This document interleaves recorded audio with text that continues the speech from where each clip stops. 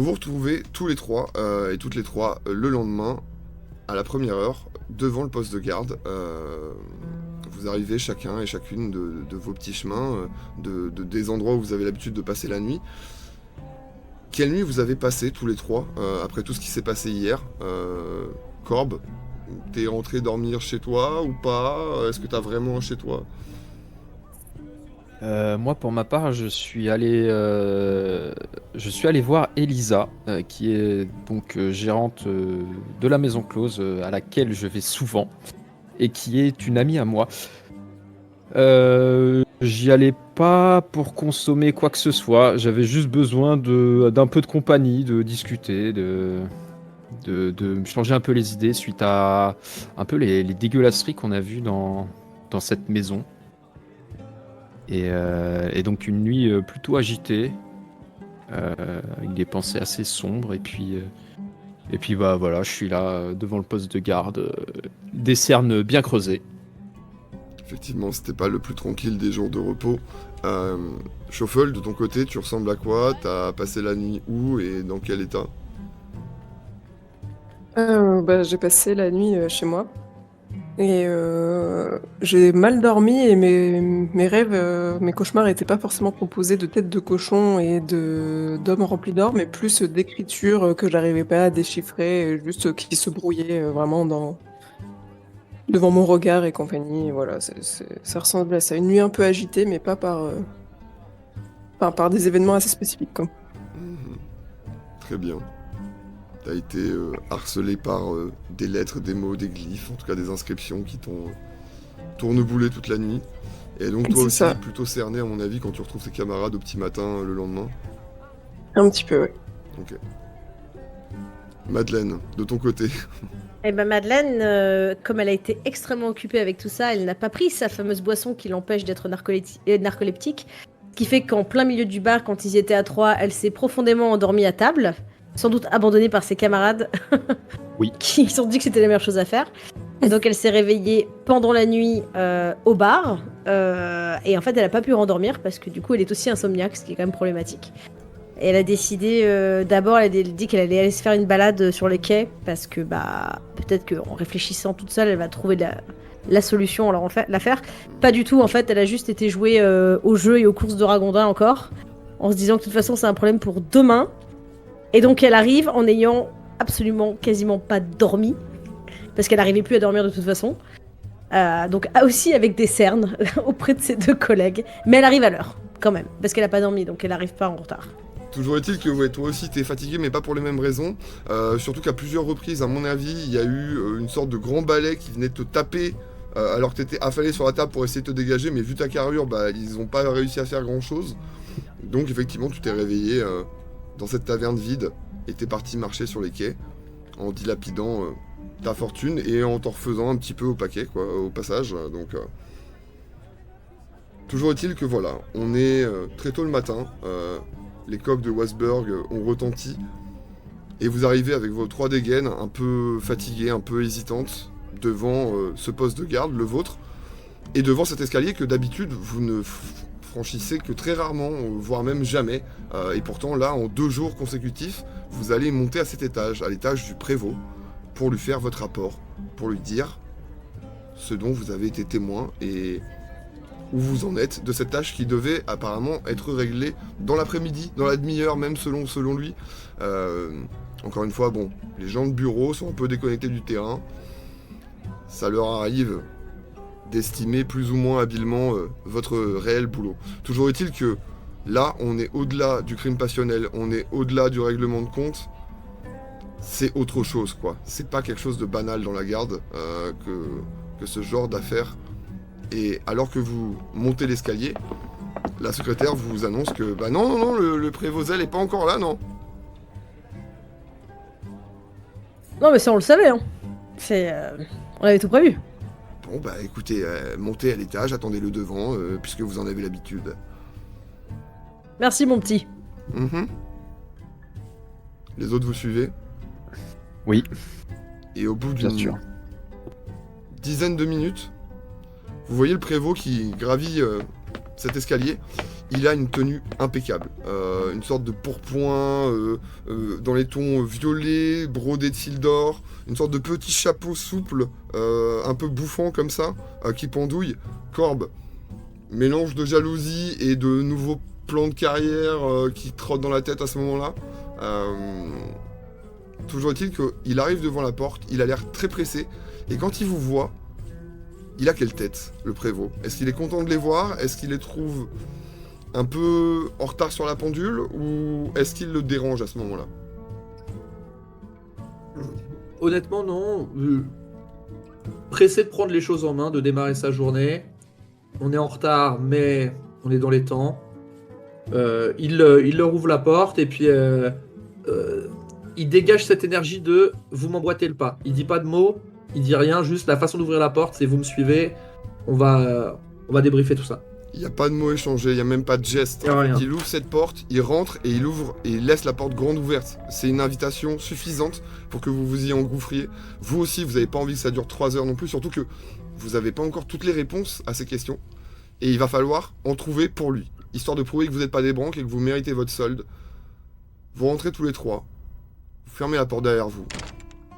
Il s'assoit même pas, hein. Il est en train de tourner autour de son bureau, de récupérer des papiers, etc. Tu leur dis quoi? Bon, pour la demi-heure, c'est mort, la demi-journée aussi. On va faire moins que la demi-semaine ou pas? Bah, d'un côté, il y a des trucs à raconter. Eh ben, racontez. Prévost, vous êtes impeccable. Hein. Je me retourne, je lui lâche un petit sourire, petit clin d'œil. Bon, alors, déjà, ça se confirme qu'il y a quelque chose, j'imagine? Sinon, vous seriez revenu plus tôt. Non, mais je peux pas raconter ça toute seule. Ça Alors. tombe bien, vous êtes 3. En tout cas, l'histoire du poissonnier et de la vieille, c'est fini. Ah, Par contre, Ah. nouvelle histoire. Et là, ça se corse un peu. C'est-à-dire, on était dans l'urbain, on est tombé dans le sordide. Je tiens à vous le dire. vous voyez que je m'assois. La mine est défaite, mais concentrée. J'écarte un peu le bordel qu'il y a sur le bureau et je sors une belle feuille, un beau parchemin, une belle plume et ça lâche un petit... J'écoute. Je regarde mes compères, si quelqu'un veut y aller. Moi, je veux bien y aller, mais je sais pas si j'ai la capacité de décrire l'amplitude de la scène, mais je peux essayer. Hein. Je suis encore T'as les vous êtes mots un présent. Ah, je vais reformuler. Ouais, vous ouais, vous ouais, formalisez ouais. pas. Ok. Les 3 agents susmentionnés. Voilà, je Voilà, vous Euh, tout ça. bah, on a trouvé un mort. Et on trouvait une personne visiblement décédée. Ah non, c'est pas visiblement là, c'est. Il était très c'est même plus on n'est pas opaque quoi là, c'est sûr et certain, il est mort et il est pas mort tout seul. Ayant fait l'objet d'une agression ayant causé la mort. Vous pouvez même retirer, tu retires agression, tu rajoutes profanation. Avec évidemment une mise en scène macabre. Mais ça, Ah oui. Oui. Sordide. ok. Continuez, déroulez du film. Il y a, alors du coup, on a été voir dans le quartier. La vieille nous a dit c'est le poissonnier nous dit c'est la vieille qui entrave que dalle. Du coup, on a trouvé un entrepôt. On a été à l'étage de l'entrepôt parce qu'il y a des bicoques là-bas à louer. On a forcé une porte. Attention avec l'autorisation de la propriétaire. Je tiens à ce que ce soit noté. Je n'empiète pas sur la propriété privée des gens. En ouvrant la porte, et bah là, bim, il y avait un mort. Le mort susmentionné. Ouais. Le mort susmentionné sordide. Le mort mort, susmentionné plutôt, n'ayant plus sa tête originelle, Alors, remplacé. c'est pas qu'il par- est fou, hein. C'est pas qu'il est fou. Oui, non, c'est physiquement, c'est plus de tête, remplacé par une tête de porc. Hop. Les moutons, c'est ovidé, bovidé. C'est quoi les porcs déjà? Un porcin, Porciné. porciné. Porcin. Évidé. Une tête de type porcine. C'est bon, Oui. continuez. Après, je trouve ça un détail, mais c'est comme vous voulez. Alors, on Et, s'est rendu compte, dans une procédure extrêmement claire, hein, puisque d'ailleurs, on a respecté le temps de présence de chacun. Oui, Pour c'est ce vrai. truc communautaire. Alors déjà, il a été fendu, on lui a foutu des pièces dans le bide. Dans un Dans le dos, je simulacre de tirelire, quoi. Enfin, je suis désolée, les gars, mais on a transformé en Simulacre de tirelire. tirelire. Tu vois, tu t'améliores. Simulacre de tirelire, je peux l'écrire tel quel. J'ai pas besoin Bah, de reformuler. Dans un simulacre de tirelire, ça sonne, ça envoie, ça déroule, c'est bien. Continuez, vous êtes bien chaud là. Puis il y avait des trucs écrits partout, mais ça, c'est Shuffle qui a noté. Shuffle Ah. n'a pas décroché un mot depuis le début de l'entretien. Qu'est-ce que tu fais depuis ce temps-là? Je prends des notes aussi de mon côté, Efficace. Ouais, je m'en- au cas où. Je m'emmerde pas à écrire pour que vous écriviez, Shuffle. Enfin, racontez-moi le truc plutôt. Enfin, on va pas faire en doublé. Il y a des copistes pour copier. C'est mon métier aussi. Oh, je me lève, je prends la feuille, je regarde ce qu'il a écrit.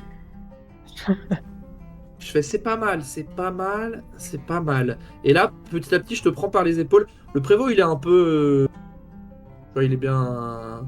Enfin, quand il interagit avec le monde physique le sait, tu vois. Et je te prends par les épaules et je te translate doucement à ma place. Et c'est toi Non, qui mais vas il prendre fait les ça notes bien, à partir de maintenant. Fais ça Ah, bien. c'est bien, c'est bien. Mais quand même, du coup, les écritures.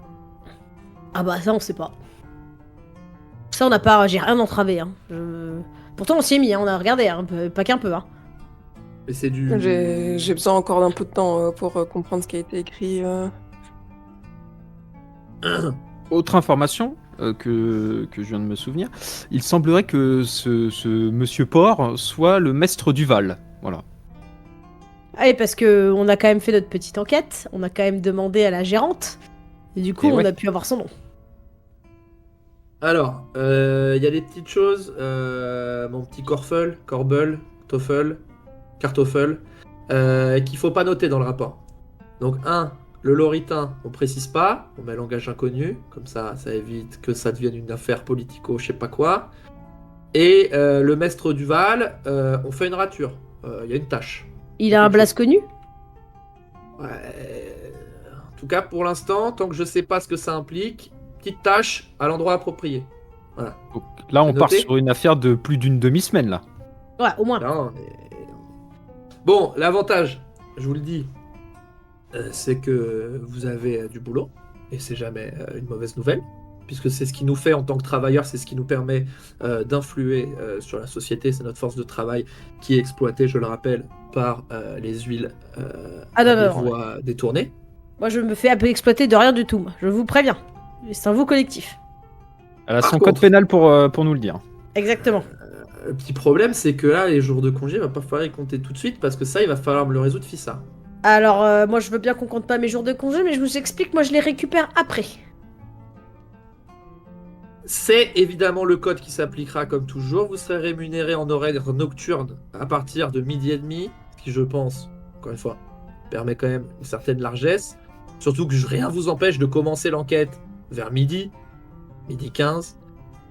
Par contre, va falloir que ça avance parce que ça, je vous rappelle que dans quelques jours, enfin, je sais pas si vous lisez les journaux, mais plus largement, on Attends. se rappelle qu'on est quand même dans une ville où il n'y a pas besoin de lire les journaux, vu qu'il y a des gamins qui crient toute la journée les nouvelles du jour. Donc il n'y a pas besoin spécialement d'être féru de lecture pour À ce savoir qu'il y a moment-là- un petit mariage. À ce moment-là, quelqu'un frappe à la porte, 3 coups retentissent, et une voix provient de l'autre côté. C'est un secrétaire qui dit Prévozel, apparemment il faut y aller, c'est urgent. Ah.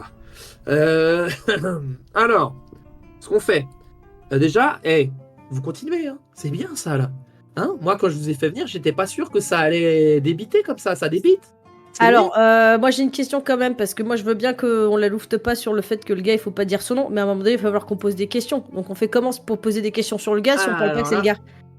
Attention, chose très importante, vous posez toutes les questions que vous voulez. Tant qu'on est dans un rapport oralifère, là, vous y allez, c'est les notes. On ne note pas de conneries sur les feuilles. Et là, je me tourne vers Shuffle et je le regarde comme ça.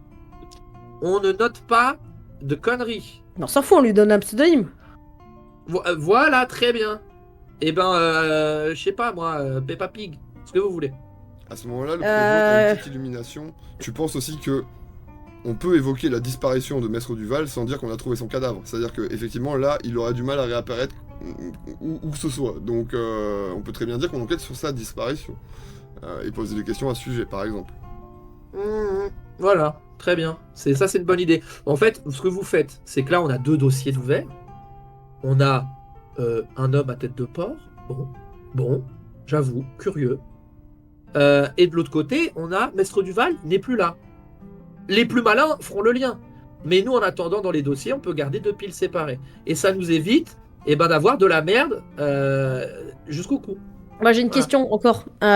Étant donné que, alors je dis pas qu'on n'est pas une équipe ultra compétente, mais avoir des moyens supplémentaires qui seront pas pris dans nos charges, pour rajouter là-dessus, notamment pour les écritures et tout, on peut pas demander à un gars, quelqu'un d'aller au moins récupérer le corps, parce que ça sent la mort là-dedans, et j'ai pas envie que ça attire d'autres personnes qui vont du coup aller se renseigner. Ça retoque à la porte. Oui, alors, ça, j'ouvre un gros tiroir. Ça, c'est des deniers débloqués d'enquête exceptionnelle, avec marqué enquête exceptionnelle dessus. Bon, voilà, là, vous avez de quoi faire. Ça, c'est la première partie. Et puis, là, je vous fais une petite lettre. Là, je prends un truc, j'écris à l'arrache, c'est vraiment écriture de tout bip plus. Et en gros, vous avez une lettre pour aller voir l'équivalent du légiste, quoi. Genre un gars qui s'occupe de récupérer les corps et de regarder vite fait à quoi ça ressemble.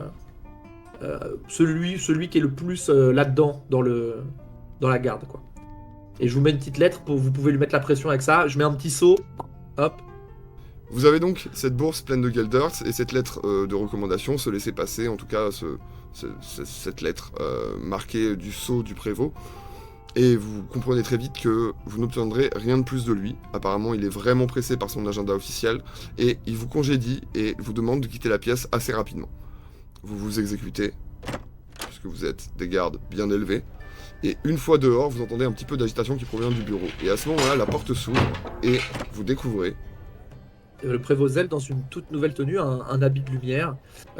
Visiblement, il avait fort à faire et donc il a pris le temps évidemment de mettre un habit légèrement plus sublime, on va dire 0,1 plus sublime que le précédent. Et vous le voyez s'élancer vers un fiacre qu'il attend devant. Corbe, tu n'en reviens pas, c'est genre... Enfin, tout est à sa place. C'est accessoirisé comme il faut. Ni trop peu, ni vraiment de démesuré. C'est parfait. Il a un style incroyable, unique. T'as jamais vu ça de ta vie, en fait. Et en toi, ça résonne. Il y a une corde en toi qui est en train de vibrer à ce moment-là. Ouais, effectivement, il y a une corbe en moi qui résonne et j'ai un peu le seum et je pense que je le porterai mieux que lui, mais bon, c'est comme ça, la vie est ainsi faite. Toujours est-il que l'inspiration, c'est gratuit et tu pourras lui piquer ce que tu veux. Exactement. Le prévôt quitte le poste et vous vous retrouvez donc en haut de cet escalier. Vous n'avez aucune idée de la suite de ce qu'on attend de vous, à part d'avancer sur ce sujet et d'essayer de boucler cette affaire le plus vite possible, de une, mais aussi le plus discrètement. Le prévôt a été bien clair à ce niveau-là.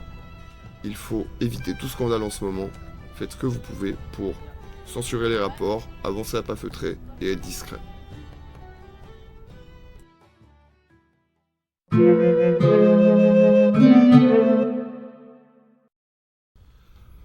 Une fois que vous êtes dehors, dans la rue, tous les trois, et que vous vous regardez, qu'est-ce que vous vous dites?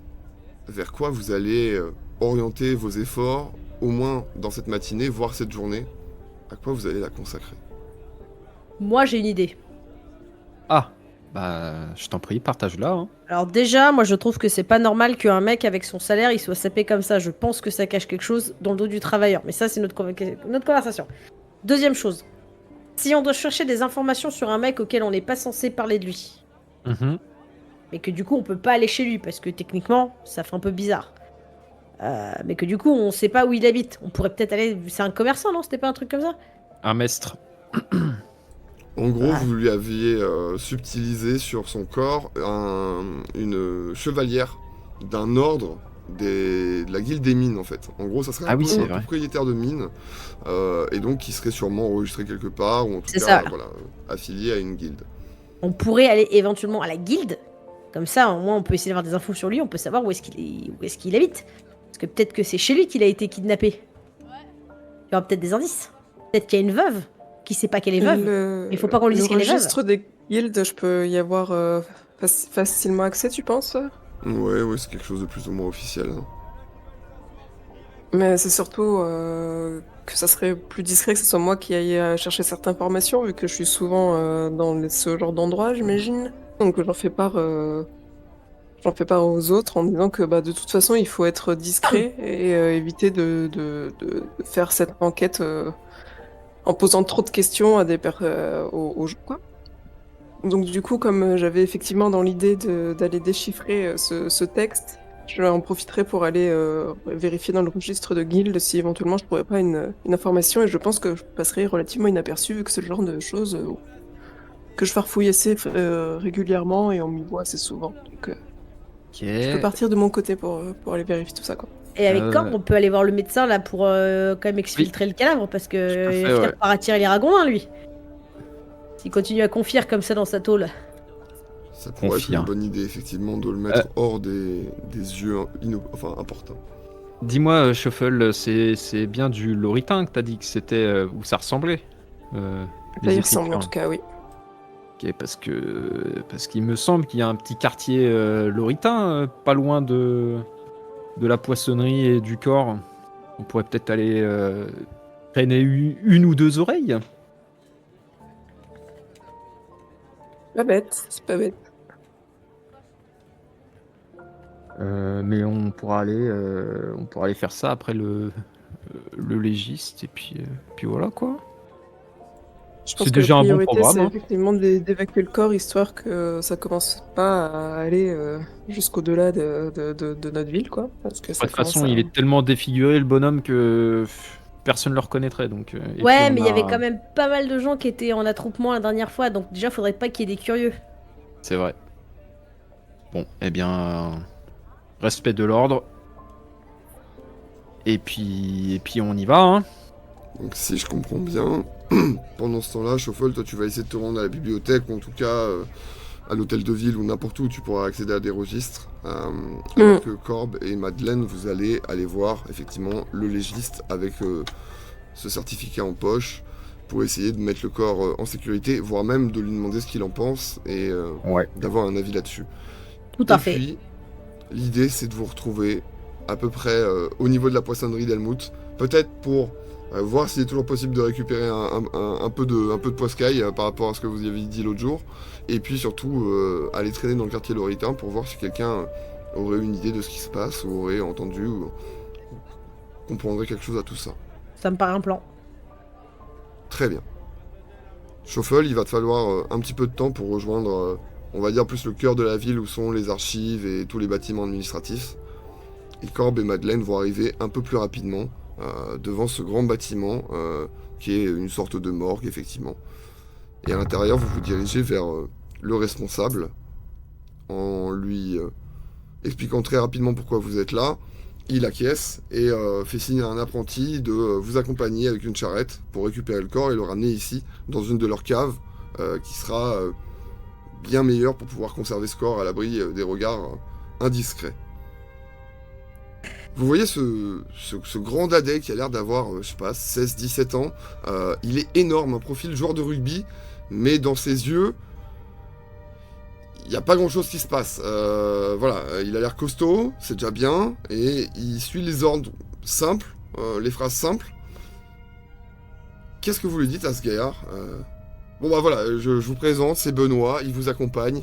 Benoît, sois gentil avec eux, c'est les gardes, voilà. Et tu nous ramènes ce qu'ils t'ont dit de ramener. Ok, Benoît.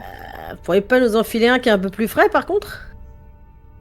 Il ferme la porte, il te répond même pas, il ferme la porte de la morgue, et vous êtes dehors avec ce grand dadais et sa grosse chariote à bras, là. T'es par où? Ça va, Benoît? Oui. Tu passes une bonne journée? Oui. Oh oui. Pas trop troublé par les questions, Benoît, hein? Oui. Ça va être tranquille. Oui. Tu dois, ton ami Benoît, c'est quelqu'un qui dort très bien le soir. C'est exactement ce qu'il nous fallait. Et par où? La charrette, elle est vide là ou pas?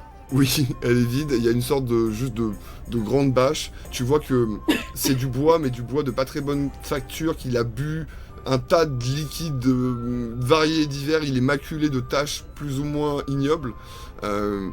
Mais ouais, il y a rien dans cette charrette, à part une sorte Ok. de grand drap ou de grande bâche. Eh bien, dorénavant, il y a moi, parce que je monte dans la charrette pour éviter de marcher.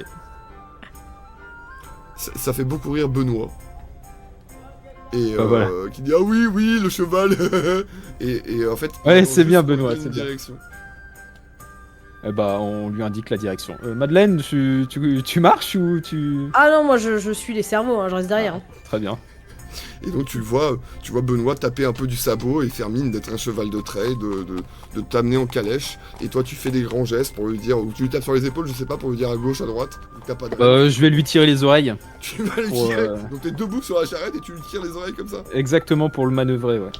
Madeleine, tu marches ou trottines à côté de ce chariot qui avance à bonne allure. Tu vois que Benoît, il fonce un peu, il court comme un dératé en rigolant la bave aux lèvres.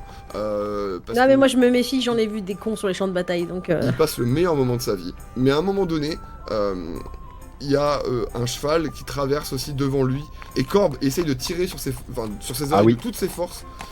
Tu n'obtiens juste qu'un gros cri de la part de Benoît qui fait un truc genre aïe.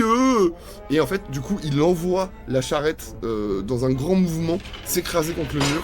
Les planches sont pulvérisées et il n'y a qu'une roue qui reste au sol comme ça en train de tournoyer un peu lamentablement. Et Benoît qui se tient la tête et qui fait oh non.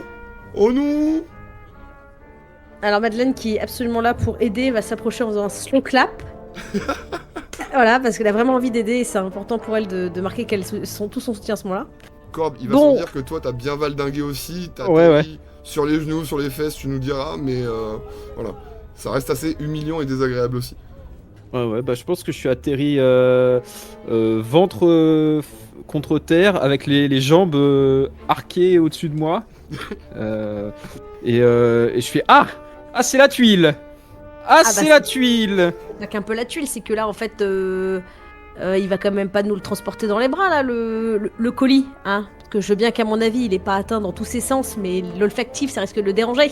Aïe. Vous voyez Je me relève. Effectivement, le seul truc qui semble encore sauvable, c'est cette espèce de grande bâche dans laquelle vous pourriez enrouler le paquet, mais on a toujours le même problème. Effectivement, peut-être que Benoît est capable de le porter, vous en savez rien, mais il vous reste déjà un peu de chemin, et surtout il va falloir le réconforter un petit peu, parce que là il a l'air un peu bouleversé cet enfant. Ouais.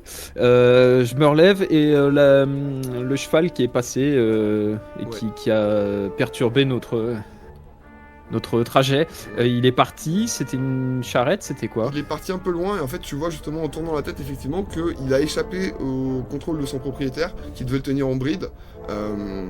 Et je sais pas, soit il a vu une pâquerette ou il regardait les oiseaux, et en tout cas le cheval lui a échappé.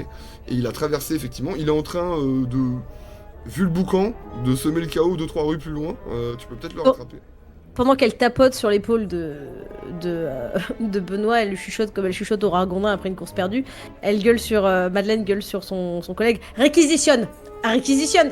Voilà, hein, voilà. Donc tu Ils ont perdu le Benoît, contrôle, du coup réquisition. qui est en train de pleurer à moitié. Effectivement, tu prends. En tout cas, tu vas veiller sur lui et tu vas être sûr qu'il reste là. Pendant que Corbe court comme un dératé en essayant de récupérer cette corde qui traîne un peu par terre. Et là-bas, tu entends des bruits de poules, des bruits, des cris, des enfants qui rigolent. Le cheval a l'air de partir un peu comme une feria à Barcelone, tu vois. C'est un peu l'esprit, tu vois.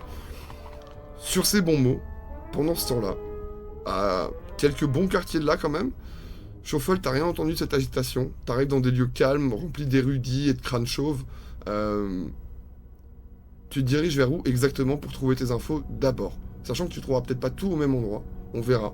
Mais quelle est ta priorité? Notre priorité, je pense que c'est de trouver déjà le registre de la guilde des mines, ça sera déjà un bon début. T'es donc devant les portes de ce grand bâtiment administratif qui est plus ou moins ouvert au public, à part certains étages, certaines allées. Et surtout, t'as tes habitudes. C'est pas la première fois que tu viens consulter soit des informations, des archives historiques, ou en tout cas, ils ont des volumes aussi qui sont présents ici et qui gardent jalousement, mais que tu peux consulter sur place. T'es familier de cet endroit. T'as tes marques ici, t'as tes repères. Et le personnel est plus ou moins aussi habitué à ta présence. Personne te causera ça. de soucis. Tu peux fouiller où tu veux. D'autant plus avec ta cuirasse de gardoche. Donc, du coup, il y a pas mal de livres reliés au cuir, etc., plus ou moins épais. Et je me dirige du coup vers plus les artisans manuels et compagnie. Et, euh, et je regarde si je peux tomber sur celui de la guilde des mines. Et pour le moment, j'ai un peu tous les artisans et j'ai pas encore trouvé, quoi. T'as plusieurs registres en fait, et c'est effectivement tous les 3 ans, c'est publié la liste de ceux qui possèdent officiellement des mines parce qu'ils payent une taxe. En échange, ils ont le droit à plein de choses aussi, plein de petits avantages, y compris commerciaux, y compris de déplacement de leurs marchandises, etc. On va les aider à développer leur commerce. Et donc ils sont obligés effectivement de s'enregistrer. Et tu vois avec le symbole, le même symbole qu'il y avait sur la bague du corps que vous avez trouvé, sur les tranches des livres, justement ce symbole de la guilde des mines. Et en regardant plusieurs ouvrages, tu vois que son nom finalement revient assez fréquemment. Alors évidemment, il n'y a pas de portrait, il n'y a pas d'image, mais si la personne qui logeait à cet étage-là, parce qu'apparemment c'était bien un appartement qu'il louait, où la victime avait ses habitudes de son vivant, ça a l'air de coller. Ça pourrait vraiment être lui. Ok. Tu vois aussi que dans d'autres bouquins, mais pareil, relatif à ça, il y a une sorte de journal, le bulletin officiel, où peut-être certains s'accusent de concurrence déloyale, de pratiques, tu vois, trompeuses, d'abus, etc. Son nom revient pas mal de fois aussi au niveau d'accidents, de conditions de travail plutôt déplorables, d'enquêtes qui n'ont pas vraiment abouti, d'experts peut-être qui se contredisent, des choses comme ça. Son nom a l'air de remonter dans pas mal d'affaires aussi quand même. Il avait l'air assez trouble dans ses pratiques, cet homme. Ça, tu le trouves vraiment facilement, c'est caché de personne. D'accord. Il y a des informations éventuelles de dettes, de choses comme ça. Est-ce qu'il y a des noms que je peux retrouver? Parce qu'il me semble qu'on avait trouvé une liste de noms auprès du cadavre. Mhm. Si je dis pas de bêtises, est-ce que il y a des noms que je peux retrouver dans... Absolument Enfin, pas. qui... Ça n'a D'accord. pas l'air d'être des noms de confrères, ça n'a pas l'air d'être des noms de l'ordre. Ce petit carnet, effectivement, dans lequel il y avait des annotations avec des sommes, ce genre de choses, ça n'a peut-être rien à voir avec son occupation officielle. En tout cas, pour le coup, ça matche pas. Tu trouves rien en rapport avec ça. Ok, donc ces dettes seraient pas en rapport avec son activité déjà, qui a l'air déjà un peu douteuse, dans sa pratique en tout cas. Donc va falloir sûrement fouiller autre part pour essayer de voir aussi ce qui s'est passé à ce niveau-là, quoi. Tu repenses à ce carnet, effectivement.